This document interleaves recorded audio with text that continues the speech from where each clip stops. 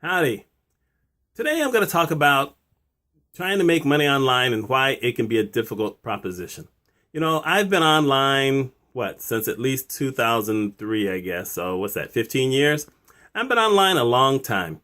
And I have to tell you, I have had times where I've made money, and I've had times pretty much like right now where I'm making almost nothing. And it's an interesting thing because you try a lot of different ideas, and some of them work, but only for a short period of time, and some of them never work at all. And I decided I was going to share some of those things with you. So the first thing I did was I had a website that I called Services and Stuff. And my idea was it was going to be kind of a portal.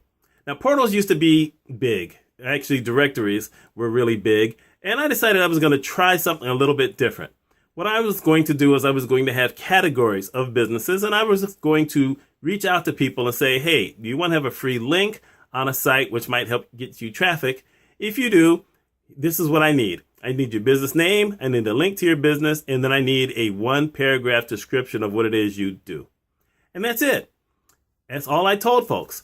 And then what I did is I populated those pages with affiliate ads. I was a member of Commission Junction at the time, so I put those things on there. And I also put on Google AdSense links. So I did this. And I also wrote different articles. I had news on there at one point where you could hook into these streaming news services and they would send news to you. So it always updated. So I had news and sports and weather. And it made very little money. The reason being is that I also set it up where people could have a full page ad on what they did. So you would have a link and then you could link to their own page. So they had their own ad. If they had a product, you could link to a product as well as back to their website. Not that many people took me up on that. A lot of people took me up on the other, but not enough. So then I hooked up with a service where you could quote unquote trade links. And that sounded like a good proposition at the time because I had different categories. So I only took folks for those categories and I put it out there. The problem with that overall is that when you're trying to create a portal or a directory, search engines aren't really sure what to say it is that you do. My site was called Services and Stuff. So on one side, I had people who offered services. On the other side, I had people who offered stuff. Sounded really brilliant at the time.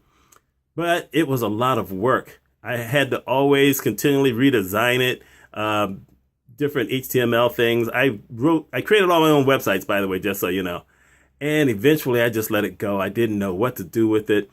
Businesses come and go online as well as offline. And so by 3 or 4 years, a lot of those folks were gone. That's just amazing to me, but that's just how it is. It's the same with blogging. Someone creates a blog, then 2 years later, they decide they're done with it. Then they just leave it up, it dies, and it's still there. So that was Services and Stuff. It didn't do so well. It was gone. I created a site called reviewsofeverything.info. And that was dicey at the time because .info was brand new.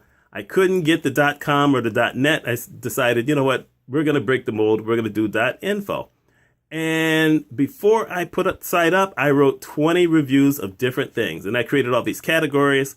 And then I would link to all these things underneath. And then I just kept writing articles. And I ended up with close to 100 articles on that site, which is pretty good. Once again, I put up affiliate ads. I put it out there to people if they wanted to advertise on different categories. I put that out there. No one took me up on that. I did get some hits, but I didn't make any sales off that site. And eventually ended up selling that site for about $100. And so I did make some money off of it, but not in the way it was intended. And it's amazing how fast articles go out of style because I wrote one on the top 10 female artists of 2000s, but I wrote that article in 2011. By 2014, that article had no relevance whatsoever. So it wasn't evergreen. Some things were evergreen, but in general, once again, reviews. Reviews was something that might have worked well with search engines, but this one didn't. So that one failed. I have a website now. It's called medicalbillinganswers.com.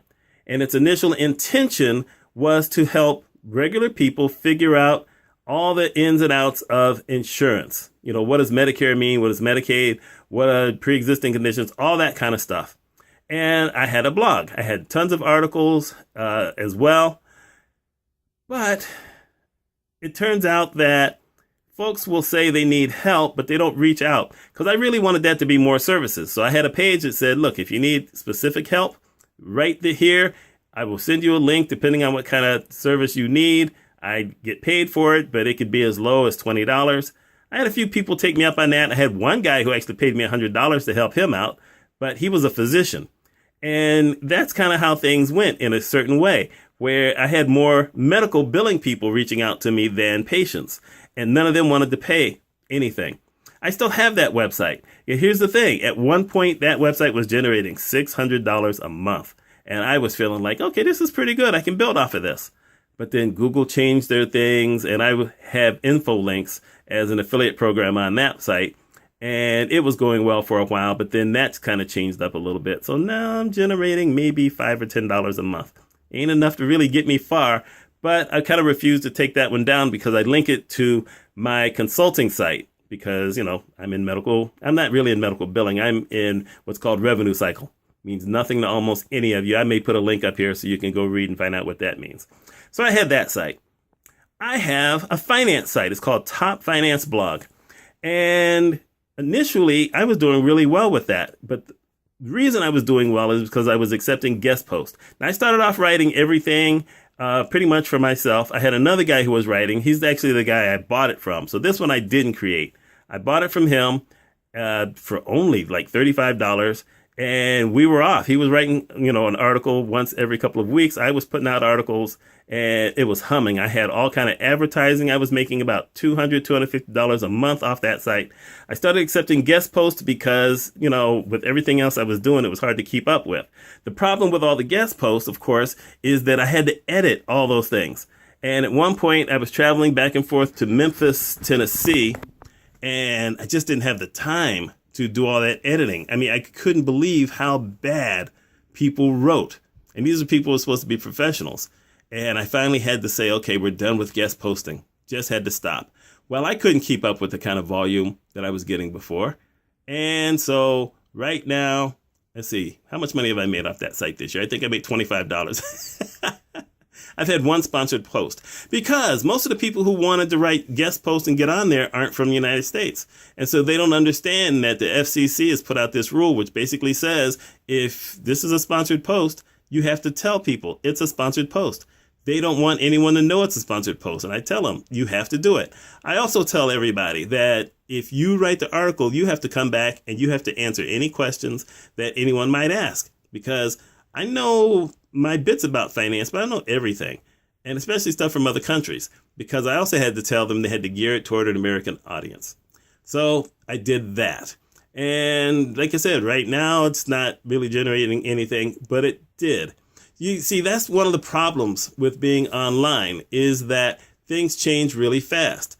The search engines totally changed all the rules. And like I said, I was humming. I would have every article always being in the top 10 for at least a little while. I would have that on my business blog. I had that on my I'm Just Sharing blog. Now, it's rare that I get articles in the top 10. I get some, but not as many as I used to. So the search engines change. The affiliate programs change. I mean, you could be with one company on one site, and then not only have they moved sites, but they didn't tell you. And so suddenly your links are broken. And it's time consuming going back through years of articles to try to find these links and move them off your site. And if you don't, then the search engines penalize you because you have a lot of broken links. This is why it's hard to make money online. The only way you can stay consistent, of course, is by creating your own products and promoting your own products and keeping them on your own website. At least that way they stay evergreen. They still may be difficult to sell, but at least you now have a little bit more control over it. But it's not easy. It really isn't. You have to give credit to all those people who really make a living wage off of blogging or off of being online, because it is not easy. It takes teamwork. Yeah, you can do it on your own, but it is not going to be easy at all. Now, there are success stories. There was a kid many years ago who created a finance site, which actually was my impetus for getting a site. And within a year, he sold his site for $15 million. But that kid knew finance. He was dedicated. He was working tons of hours. He was 20 years younger than I was, so he had tons of energy. I just couldn't have kept up with that. So this is how come it's hard to make money online, and it's hard to do it consistently and keep up with it.